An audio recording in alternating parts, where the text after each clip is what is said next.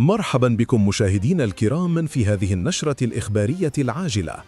شهد إقليم أزيلال صباح اليوم الاثنين حادثة سير خطيرة خلفت خسائر بشرية مؤلمة بعدما أدى انقلاب سيارة مخصصة لنقل الركاب إلى وفاة 3 أشخاص وإصابة 17 آخرين بجروح متفاوتة الخطورة. ووقعت الحادثة على مستوى جماعة سيدي بوخلف أيواردن بالقرب من أحد الدواوير، حيث كانت سيارة من نوع ترانزيت تقل عددا من الركاب قادمة من منطقة أياتوتلن قبل أن تنقلب في ظروف لا تزال أسبابها غير معروفة إلى حدود الآن.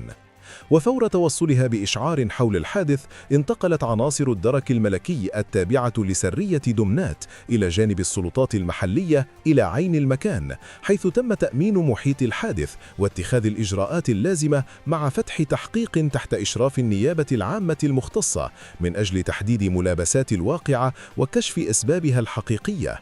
وتم نقل المصابين على وجه السرعة إلى المستشفى المحلي بمدينة دمنات لتلقي الإسعافات والعلاجات الضرورية، فيما تم إيداع جثامين الضحايا بمستودع الأموات في انتظار استكمال الإجراءات القانونية المعمول بها.